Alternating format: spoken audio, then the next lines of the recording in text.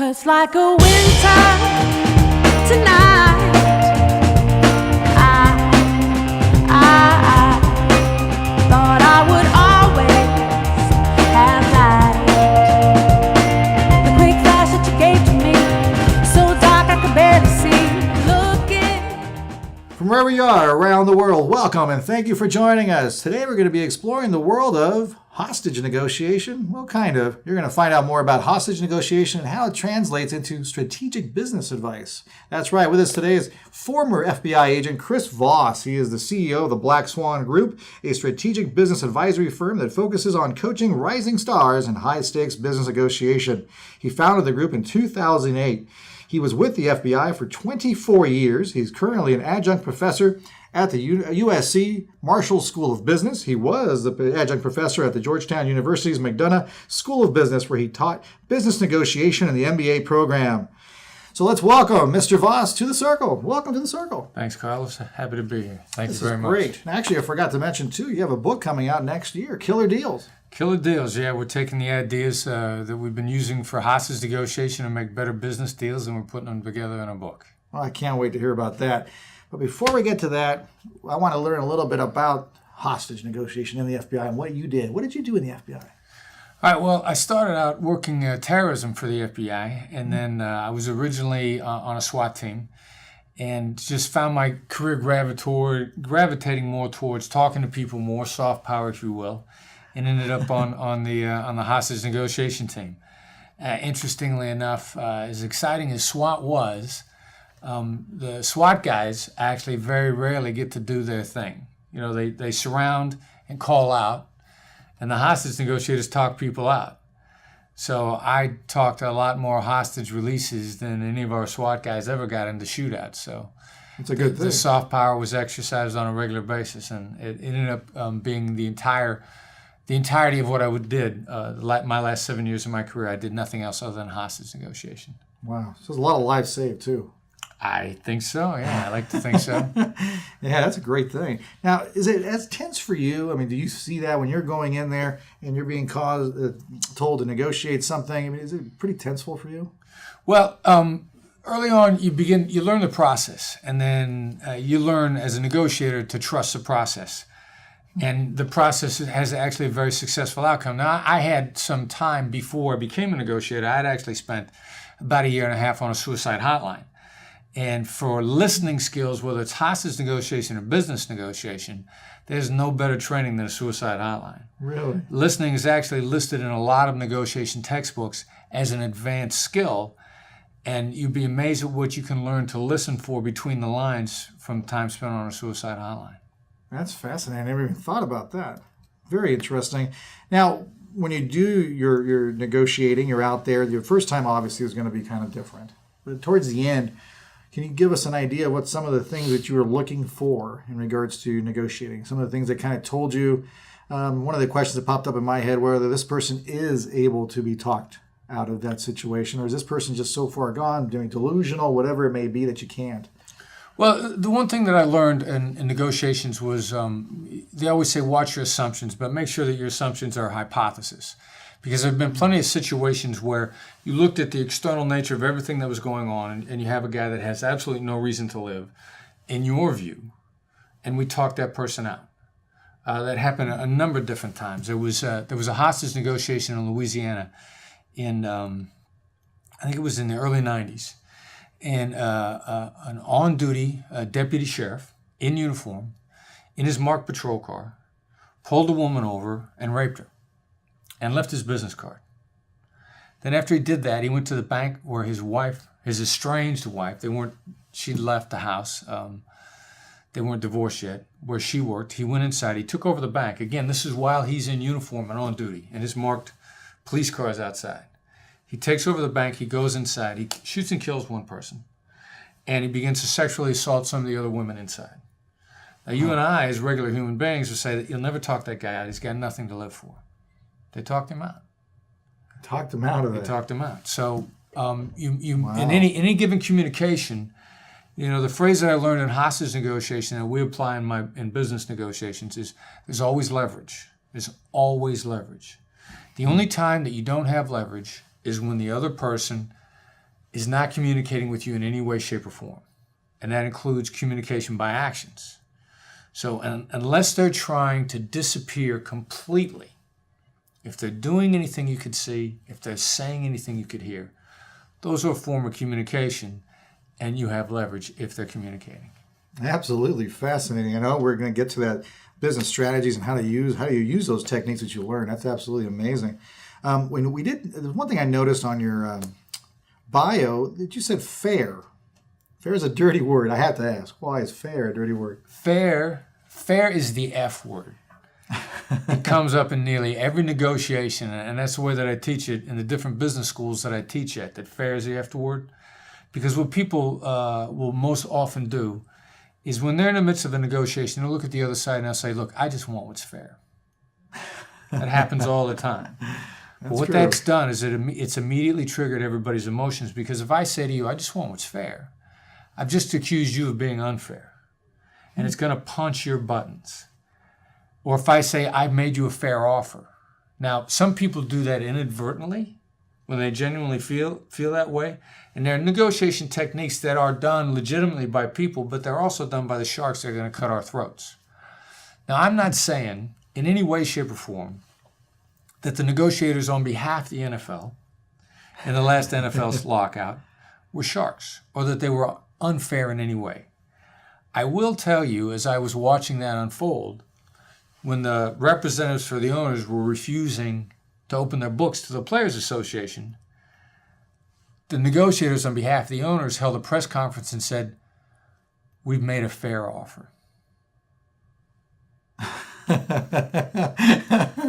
I don't know what that means. I'm not implying anything. Nothing at all.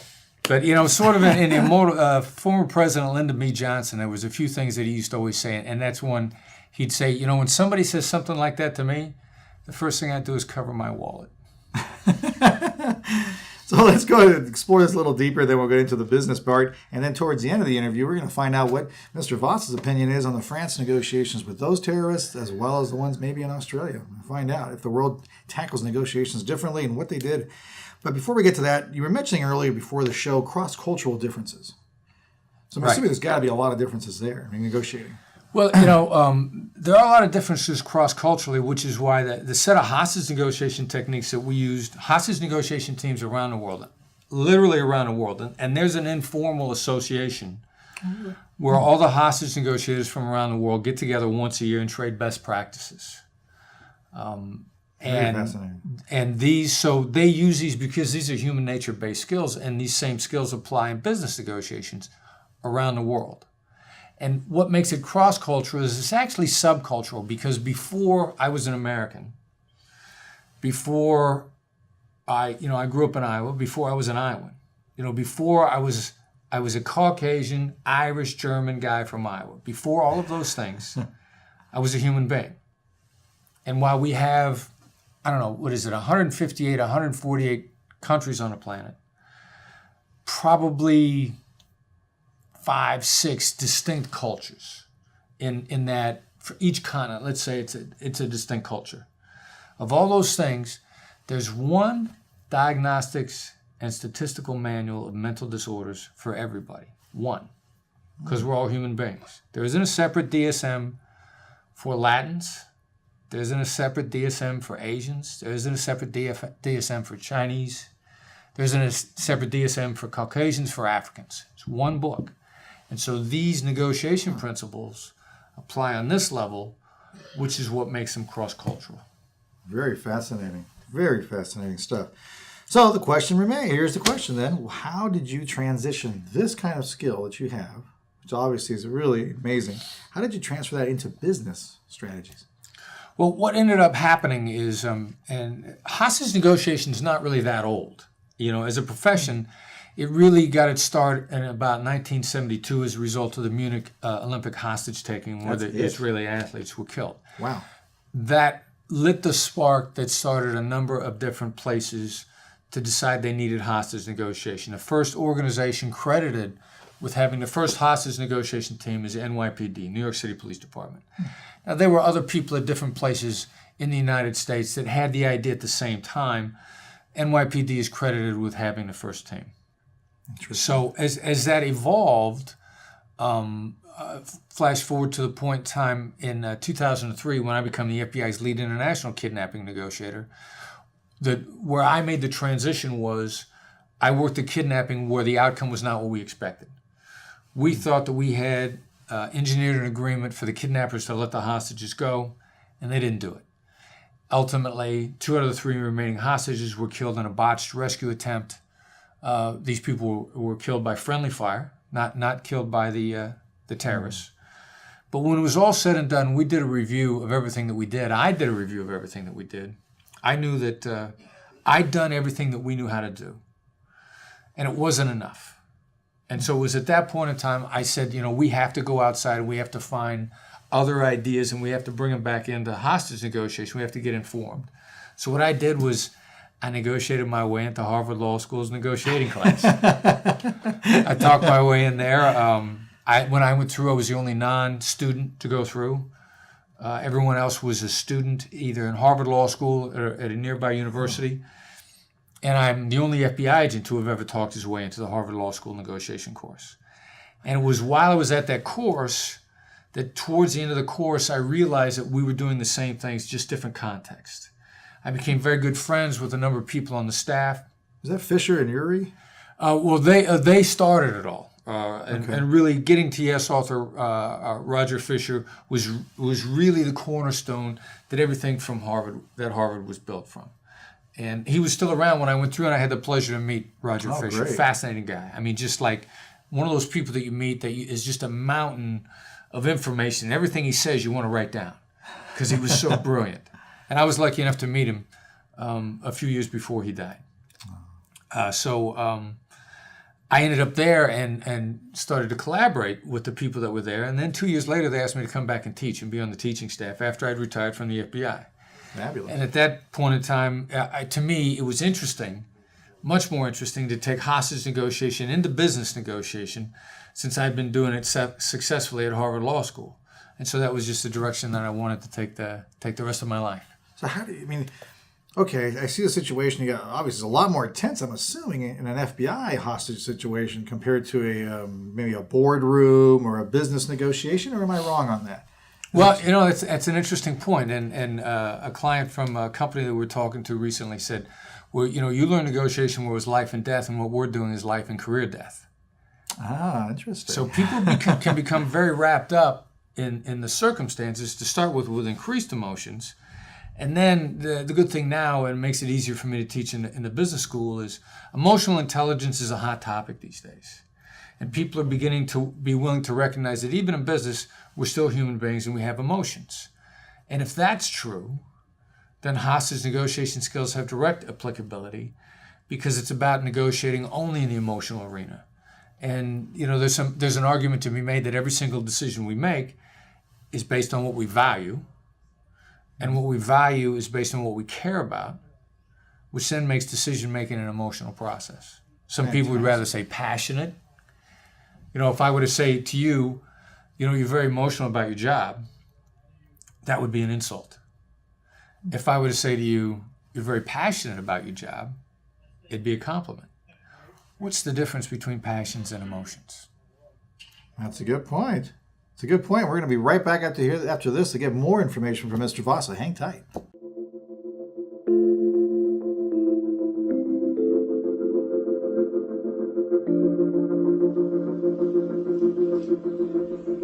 Hi, welcome to Adelante. This is Adelante Recovery, and my name is Yvette Kuglin, and I'm part of the staff. Adelante Recovery Center has helped people in dual diagnosis for 5 years. We accept most PPO insurances and provide luxury accommodations and 24-hour support. To speak with an admissions counselor, call 1-888-242-4450. A lot of time we don't even know what's wrong with us, and sometimes we need to get away to figure that out. So if you want to go for a little retreat out in Corona Del Mar, which is a confidential location, we're here to help. So we're only a phone call away. Thank you. Welcome back. We're back with Mr. Voss, former FBI agent, hostage negotiator, and now business strategic advisor. We're going to continue to learn more about his skills that he uses now for business strategies. So now, when you do your business strategies, you work with corporations. Do you also work with small businesses? I mean, what kind of different individuals do you work with? Well, now we're working much more with individuals in addition to corporations because, we originally started the training where we were set up to train anywhere from 24 to 40 people at a time for a fairly high price tag. And if you're a small business, although on an individual basis, the per person price tag you could afford, you might not be able to afford the entire thing for 40 people. So we're working much more now. We've redesigned our training approach so that we have products, strategies. We've got training that's available to individuals so that you don't have to be attached to a large corporation to be able to learn how to get an edge. And the people that work with us, we recently polled a number of people that worked with us, and they estimated that we made them anywhere from 30 to 70% more effective with what they learned from us. Wow. So, massive jumps in productivity. I mean, if you're only 30% more effective, how much does that mean to you on an annualized basis? That's a lot. And life is really all about sales, isn't it? Sales and negotiation, depending upon, and the two are very interrelated. And I'm not sure that I could exactly tell you what the difference between a sale and a negotiation is. I think there are certain things outside the lines in both, but 75 to 80% of the functions of both are identical because you're dealing with human beings. You're trying to make people comfortable with you, not only so that what's more important than that they say yes is they agree to how. And one of our sayings in our company is yes is nothing without how. I can say yes all day long. If you don't get the how out of me, your yes is counterfeit. I have to say, I love his analogies. I like to pit him against my 4-year-old and see how he does there. She's tricky, boy, I tell you. I will tell you, along those lines, the gentleman that I'm working on a book with now, and I've got a book entitled Killer Deals, which is going to be out in April of 2016. Oh, hang tight for that. So, and I've got a phenomenal co-writer. His name is Tal Raz. He's a superstar business writer. So he finishes one of the early chapters, and one of his worst critics is his sister. And so his sister reads this chapter, and she goes, "Oh my God, I got to use this right away." And she calls her 9-year-old daughter on the phone with the negotiating techniques that she learned in the chapter. And she solved a bunch of problems while she was on the phone with the 9-year-old. So it works. That's too funny. Now, you mentioned earlier emotional intelligence. So that's a component of it. Is body language also a component of it? Well, body language is an indicator of what our emotional intelligence is going on. And so there's a ratio that a lot of people debate called 738-55. All right. And what it sort of boils down to is body language is anywhere from 4 to 5 times more important than actually what we say in assessing how somebody means something. So we could be talking, and you might ask me if I agreed to the deal, if I was good with it, and I might say yes. Well, the key to that is the way that I said it. But you might ask me if I agreed to the deal, and I might say yes. Those are two different answers, but the exact same word.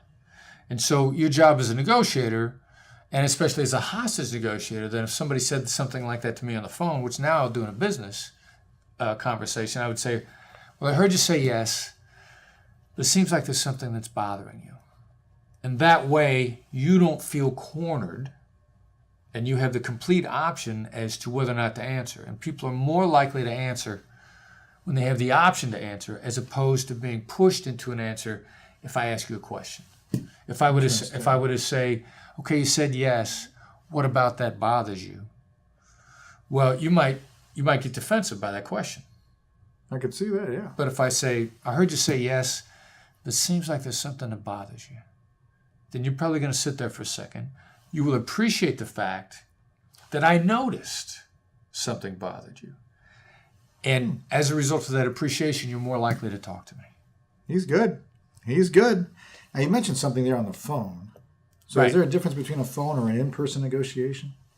Well, almost all of the body language cues that you would look for flow directly to the tone of voice. And while we're on the phone, you know that I can't see you also, subconsciously. So you will actually put more into your tone of voice than you might if we were face to face. Really, on the phone? Yes. Because you know I can't see you. As silly as that sounds, it affects you on two levels, conscious and subconscious. So, and that will continue to interact with how you pace, how you talk, whether you inflect up or whether you inflect down, all of that. Fascinating stuff. This guy knows what he's talking about when it comes to negotiations. We promised you we're going to talk a little bit about France.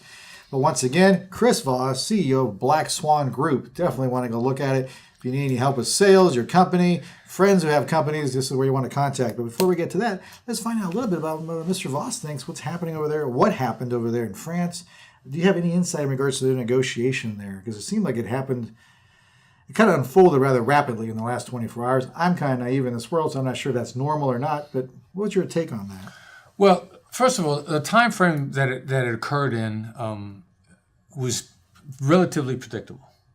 Okay. Because even though terrorists and kidnappers and hostage takers seem crazy to us, they're still human beings, and they're still bounded by all the rules that human beings are bounded by. And to start with, a lone individual in an isolated location begins to wear out significantly after 12 hours. And they very rarely, if almost never, have the ability to go over 24. Really? So whenever I see a siege on television, and it's a lone individual that's barricaded, even if he's communicating with other people, if he's not in his home, if he's not someplace where he's already prepared and fortified his defenses, this person is not going to be able to stay in there 24 hours. And they're really going to start to get fatigued and tired at the 9 to 12 hour mark, depending upon some of the other circumstances around the situation. And we actually, for a long time in hostage negotiation felt that this was the case. And then we started to collect data on it, which backed up in many ways things that we'd known anecdotally, instinctively over the years. And those are one of the things you can predict within a couple of hours generally how long any given siege is going to last. Now, when they broke in there to get them out, or they had a little shootout there, was it pretty much over then? They looked like they couldn't negotiate with him anymore, that they had to go in? Was that kind of the tell on that, or is that a secret? Or well, all right. So then that always gets back to what your definition of negotiation is. And my definition of negotiation is if I can communicate that's going to influence, in order to try to get you to do something. I might be able to be trying to get you to do with it without you realizing that you've agreed. I'm just trying to get you to do something. And so then what avenues of influence do I have? And in those cases, what will happen is a hostage negotiator's job is to continually assess as to whether or not we can talk this person out, or if not, whether or not we're going to have a tactical intervention, SWAT come in, and then also what are the indicators that the tactical intervention is coming soon, that we have to do it soon. And we'll begin to communicate with the hostage taker right away, looking at all those indicators to try to figure out a point in time because the SWAT team needs as much time as possible to prepare. So if we know we're going to assault, then our job is to simply delay it until the assault is ready. And then at that point in time, our additional job is to provide a distraction so the assault can be successful. Small, subtle little things like when there are multiple hostage takers, we'll want to talk to as many of them as possible, find out which one is the most dangerous, make sure that guy's on the phone when we go in, because then we know where that person is. Fascinating stuff. That's unbelievable stuff. I hope you enjoyed it as much as I did. Mr. Chris Voss, people are going to want to know where to get a hold of you, where to go. Where do we go? All right. The website for my company is www.blackswanltd.com. BLACK, like the color, swan with one N, like the bird, ltd.com. It's derived from the idea that a black swan is something unusual that makes a massive difference, has a big impact. And we have unusual, subtle negotiation skills that make big differences. I can tell that. Once again, Black Swan, here it is, LTD. You definitely want to get a hold of it. Keep your eye out for killer deals coming out in April 2016. Thank you very much, sir, again, for being on the circle. Thank you for joining us. Remember, our motto is simple. Wherever there's psychology involved, whether negotiated or not, we're there. See you next time, everyone.